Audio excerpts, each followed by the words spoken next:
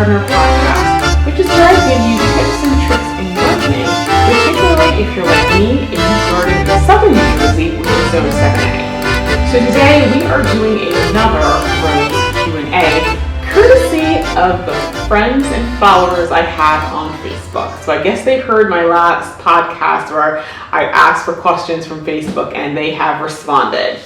So there's a lot of interest on roses and how to deal with them, and that's great because I love roses. Those are my favorite, it's my favorite plant, and I have killed enough of them to know what not to do. So the first question comes courtesy of Eugene Belenitsky, who in addition to being a follower of my page is also one of my coworkers. And I got him into roses and gardening this year, and he is an addict now. So that makes me very happy. So Eugene and I were talking last week, and he wanted to know about how to deal with blackspot. So blackspot, it's an issue pretty much everywhere in this country, but if you are in New Jersey, it's a really big issue. It makes growing roses very difficult, and I know a lot of people in this area basically just have sworn off roses because it's so bad. As a matter of fact, I think one of the reasons that knockout roses became so popular in my area at one point was because of the fact that they didn't get the black spot like that. So what is black spot? Well, black spot is a fungus, and it is caused by something called Diplocarpon rosae, and I'll put that up on the screen. So how do you know if your roses have black spot? Well, it's kind of in the name. So when you look at your leaves, you're going to see small black spots on your leaves, and over time you're going to notice that around the black spot is going to start turning yellow, the entire leaf will start turning yellow, and the leaf is going to drop. And usually with the leaf drop, it starts from the bottom of the plant and works its way up top. Now, if the disease continues to progress, you're going to notice you're going to be getting like purple lesions on the stems, and I think they turn like black and blister. And at that point, your plant is pretty much a goner. So how do you deal with it? Okay, so one of the reasons it's very challenging, specifically in New Jersey, is because we have a lot of humidity. Now, I know I know everyone thinks, oh, well, the southern states are hot and humid. New Jersey ain't that far behind. We really aren't. I remember looking at the weather app on my phone last summer and in the summers in the past, and we get like 90% humidity. There are times we've actually gotten to super saturation. So, it's not like, it's not so humid just because we're a mid-Atlantic state. The other thing is, we have the ocean on that side, so that's going to affect the moisture and stuff, inland, because I think I'm only like an hour away. So when you have high humidity, it's just something that you're going to deal with. So how exactly do you deal with it? Well, the first thing is, and I know, some of you guys are probably going to be annoyed because it's just like, it's like the barn doors are open, the horses have already run free, but I'm going to put it out there anyway. Get the right type of roses. There are some roses that are more disease resistant than others, and notice it's not disease free, it's disease resistant. In the past, I started off growing hybrid teas, then I think I did some floribundas, and they got it. The hybrid teas just did the absolute worst. It was like they got them, and even though I was giving them Bayer 3-in-1 and all this other stuff, they still got it. They defoliated, they developed the purple lesions, they just died.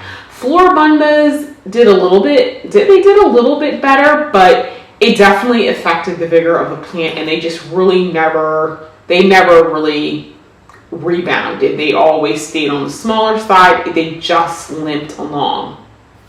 The only roses that I have ever had that basically, took that black spot and kept on trucking are the David Austin roses, as well as other old garden roses.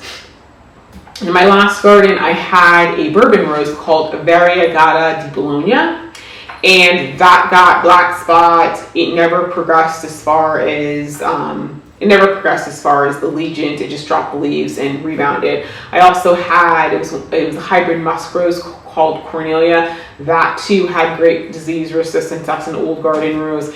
It would defoliate but keep going. And the David Austins. Okay, the only David Austin that I feel like didn't do well is Abraham Darby. But that one was like, when I actually went to the website, that didn't have that great disease resistance. And Berkshire Jekyll, I remember, seemed to succumb. So that one didn't do too well either. So that's what you want. You want roses that, even if they get it, which you can't stop them from getting it, you want them to be able to rebound and reflush. And I can tell you, with the old garden roses I had and the David Austins, I do remember one summer when I was dealing with a medical issue and I could not be out in the garden as much as I would have liked to have been. They got black spot and defoliated, I want to say about 5 to 6, 7 times. Now granted, they didn't bloom as much as they typically did, but they like the next year they survived. I kept up with the treatment and they did absolutely fine. So they really handled it well. So that's the first thing. Second thing is, when you plant your roses, make sure you mulch around the base of your roses, okay? Because how do you get black spot? Well, first off, it's fungal spore. It can overwinter in the dirt, okay? And so what happens is, when your leaves get wet through either rain, overhead watering, or even just the latent humidity in the air, if that spore is on the leaves, according to the Missouri Botanical Society, it needs 7 hours before there's an infection. Now, I've heard it's shorter than that. What I had been researching in the past, it was like 6 hours, and basically you've got an infection. And what happens is, those leaves drop. If you don't have mulch at the base of your plant, that spore is getting into the dirt. Okay, the mulch stops that from happening. It's going to provide a barrier. So even if it does fall and you don't see it right away, you have time to get it out. The other thing is, in terms of watering, drip irrigation is the best. That was one change I made in my garden this year. In my last garden, I had micro sprayers. This year I didn't. I put down drip. It worked wonderfully. In addition to that, this year we didn't have as humid. It was not nearly as humid this summer as it was in the past, and so that just lack of moisture, from the air, as well as the fact that I was just watering the roots, the roses did well. I did start seeing some black spot, but it was much later on in the summer when we started getting a lot more rain. And I caught it right away and pulled the leaves. Now, I got to roses later on in the season from the garden center. Now, had black spot when they came from the garden center, but I've been kind of spacing. They're far away from the other plants so that those spores can't travel. But aside from that, the plants that were in here that I got early in the season and planted, they did well. And quite frankly, I haven't sprayed at all this year. So it was just lack of humidity and also changing my watering that definitely helped. So I'm sure you're probably wondering, okay, well, even if I do all those things, what happens if I get it? Okay, so the first thing is, as soon as you see those black spots, start pulling the leaves off. Okay, just pull them off, because you're gonna it's only going to get worse from there. So just go ahead and pull them off. And you have to check your roses regularly, especially when, things start getting warmer, because I think it needs like 70-degree temperatures, and you start getting rain. Check it every other day, because those are the conditions under which you're going to see it. Pull the leaves off if you see them. Don't let those leaves drop to the ground. The other thing is, don't compost those leaves, not in that state. If you really want to reuse them, then what you need to do is you need to put the diseased leaves in an incinerator, like a garden incinerator. I believe Plow and Hearth sells one. Burn it, turns it into ash, and ash, of course, is very beneficial in the garden. It adds that calcium if you got blossom and rot. Also, you can add to your compost to kind of help with the neutralize the acidity caused by the composting process. But don't put those leaves in your compost, or else they're going to overwinter, and when you use that compost, you're literally going to be spreading those spores all over your garden. Now, there are some sprays, and if you need to stay on top of it that way. So I think the first spray that I used was the Bayer Advanced, and that works really well. It has a hose end sprayer. You just make sure you saturate the plant, and it becomes like waterproof in like 30 minutes, and it lasts for 30 days, and it works very well. Now, if you're not interested in putting chemicals, there are some natural things that do work, but if you're going to do something natural, I'll tell you which one works the best and works the longest, and you're probably going to have to do some touch up, particularly if that particular year you're having higher than average rain. And same thing with the one with Bayer. If you're getting higher than average rain, you may have to do some other shorter term things while, in the meantime, because the rain, that high amounts of rain is gonna just wash it off. So the first natural thing I did is orchard spray by Bonide. That's what it's called, Bonide. So this one is not just a fungicide. And when I'm looking for products, listen, I don't have sponsorships, or parents who own garden centers or that sort of thing. So, I understand, everyone's got a budget, and so I try to find things that can be used multiple ways. So the nice thing about the orchard spray is that not only is it a fungicide, it's a fungicide, insecticide, and miticide. And so and it's not just for roses. It's called orchard spray. That's what they use for trees, but you can use it on houseplants, ornamentals, anything. So it deals with, like I said, funguses. It deals with insects. As a matter of fact, I think it deals with a lot of the insect problems that you're going to have with roses. The active ingredient in this is sulfur. And I know that they have wettable sulfur that you can use. And if you only have like 1 or 2 rose plants, that might be fine. But in my case, I don't. In my last garden, I think I had like 25 roses. So I can't go around sprinkling powder on the roses, especially because some of the roses were kind of huge. So this makes it great. And not to mention, you could spray it on all of your plants. So it was just, like I said, it was just absolutely wonderful. It does smell like rotten eggs, but that smell dissipates. And you know what? At the end of the day, when you have beautiful roses, you're not going to mind the stink of rotten eggs. Okay, so that does last 30 days if you have like normal rainfall. It does put a white film on the flower, on the plants.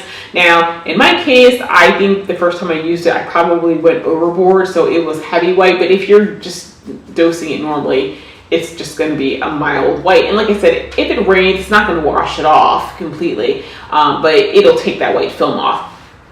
The other thing with this, which I don't think you can do with Bayer, with the sulfur stuff, not only do you want to get it on the leaves, you can actually spray it at the base of the plant, because if there's spores in the ground, the sulfur will actually neutralize it. So that's something that, one of the reasons I prefer this to the Bayer.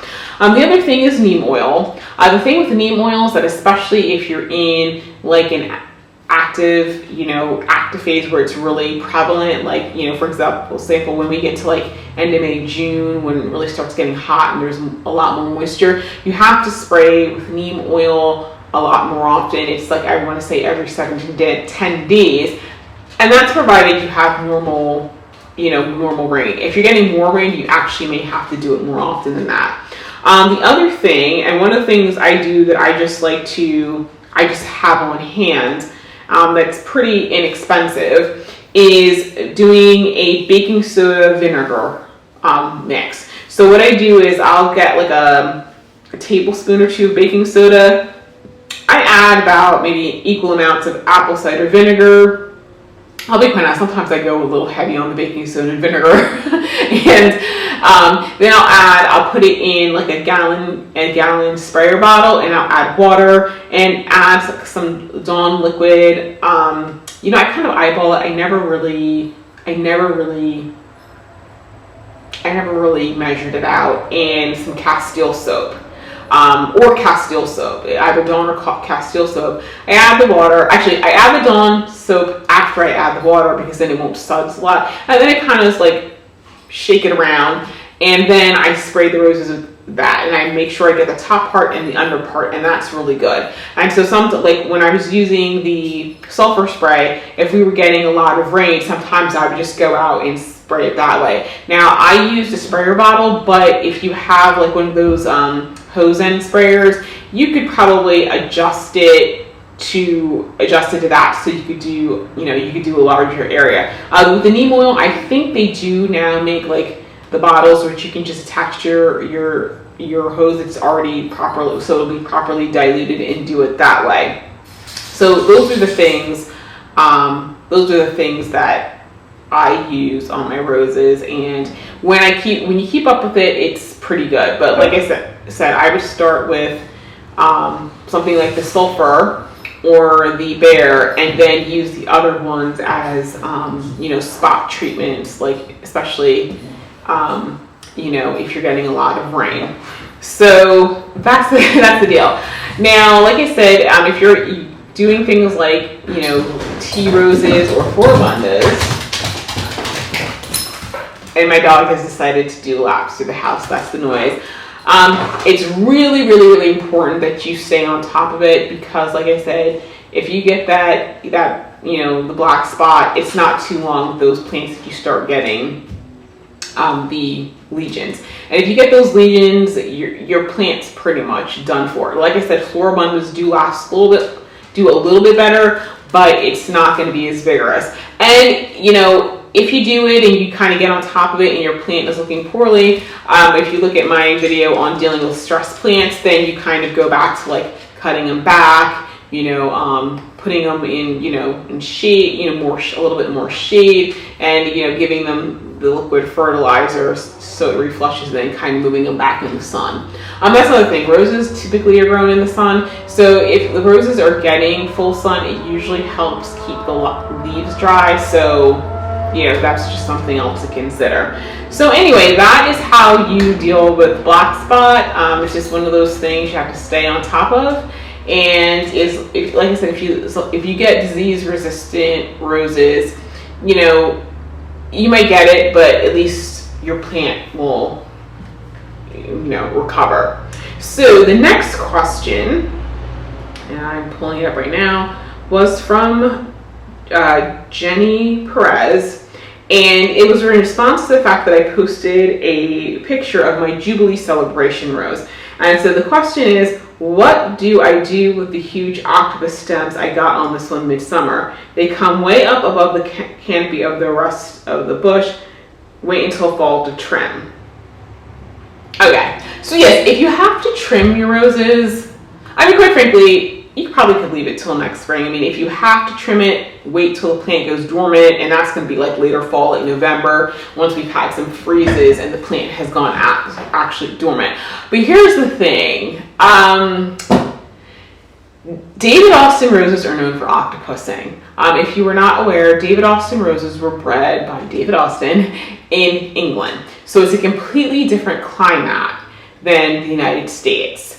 And so it's milder, their summers don't get as hot and all this other stuff. And so when you see those tags, I don't know why they don't change them for the US, they really should. But a lot of those tags, that's the dimensions if it was growing in England. Okay, but unfortunately, when you get it to the United States of America, particularly when you bring those rose bushes and start putting them in the US, and especially because with the US, we have so many different latitudes and so many different climates,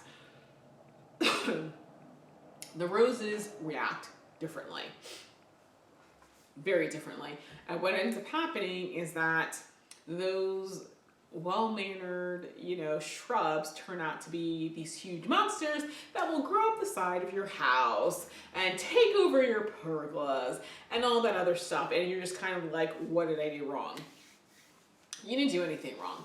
You know, at the end of the day, David Austin roses, they're hybrids with old garden roses. So some of the roses actually do have rambler tendencies. So when you get a David Austin rose, go to the website. Sometimes they do put the parentage on there, because depending upon the parentage, that'll tell you whether or not it's going to stay fairly mannerly or if it's going to just get monstrous. You can also search online for a review of the rose. And so how I got into it is the first 2 roses I bought, Wild Eve and Jude the Obscure. Jude the Obscure behaved itself. Wild Eve was wild, and I had that shooting branch that Jenny is talking about. And I found a website, it's called houzz.com, HOUZZ.com. And so there are boards going back to 15 years, like when David Austins were first introduced in this country.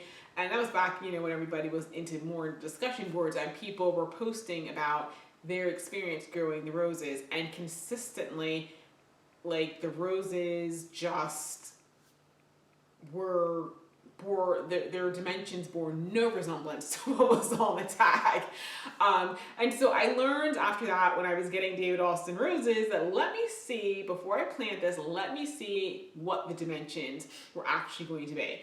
So with Wild Eve, I think that one's supposed to be like 4x4, and the first, it's 4x4, then basically the branches should be 2 feet on each side. Well, one side is sent out a 4-foot one, and so what people are saying, oh yeah, it does that this year, and the next year it'll send out another 4-foot one on the other side. And so I'm like, wait, that means that this shrub is actually going to be 8 feet wide. And come to find out, yeah, Wild Eve, rather than being 4x4, would get like 6 feet tall, 8 feet wide. It was just a massive rose that people were planting against fences, and it would take over the fence. And so I was like, oh, glad I found that out. And so a lot of the roses are like that.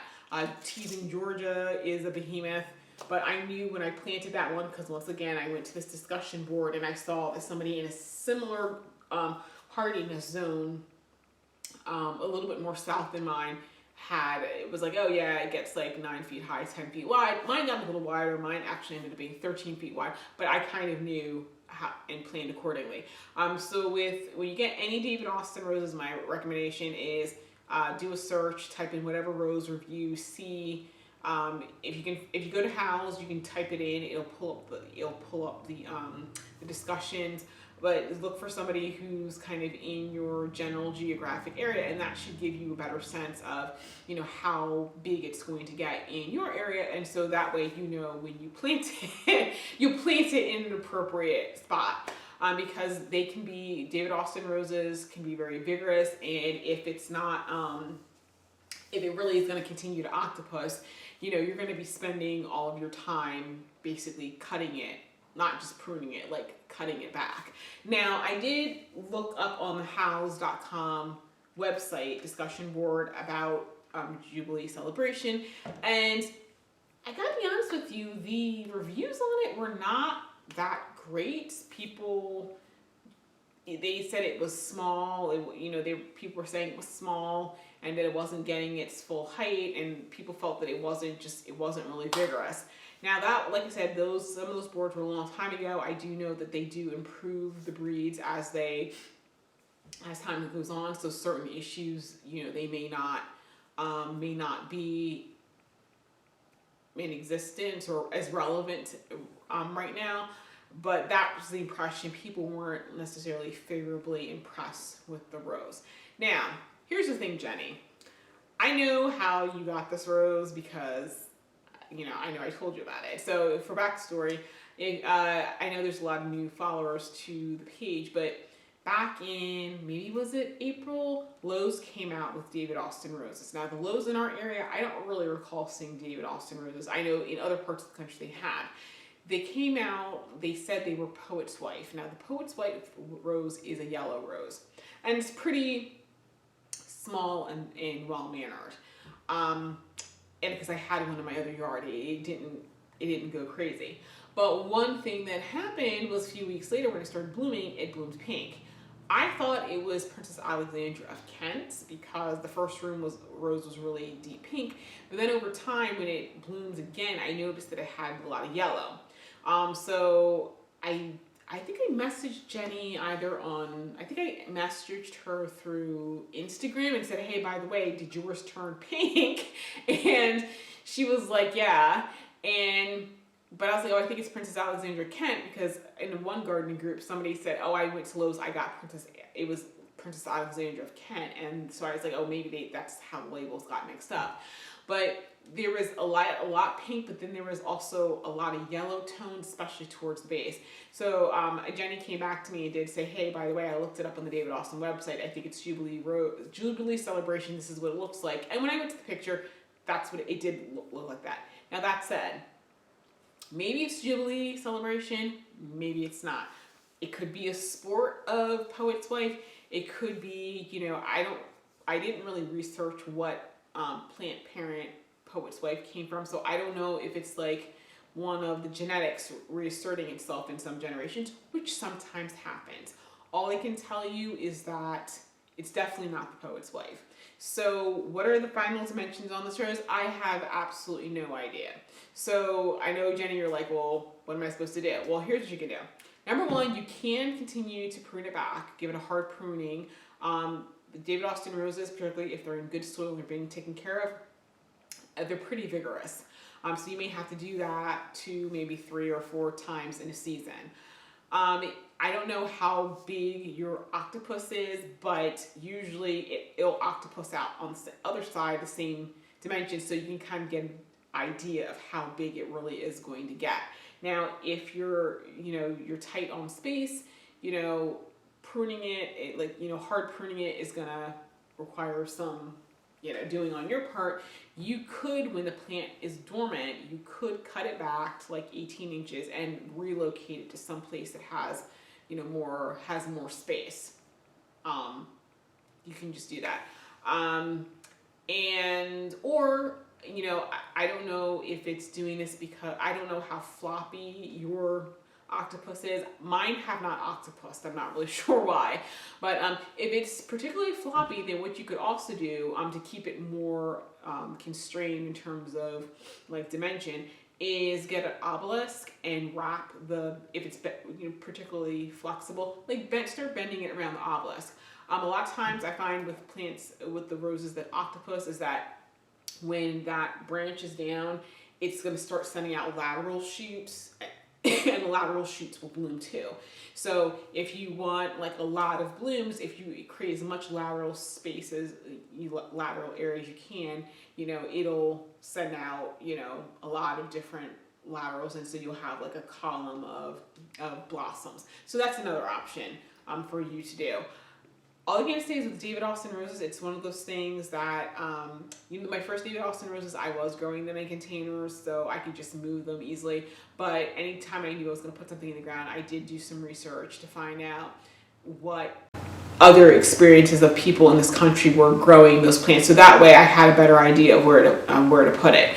So that's the thing with David Austin roses. It's an adventure. You never know what you're going to get, and I don't mind. I despite the fact that there's that unpredictability, I do really like the roses. So I hopefully, Jenny, that answers your question. At least you kind of know what you're going forward with. But this is not just a one-off. This is just how David Austins are. So it's a thing you're going to constantly have to deal with.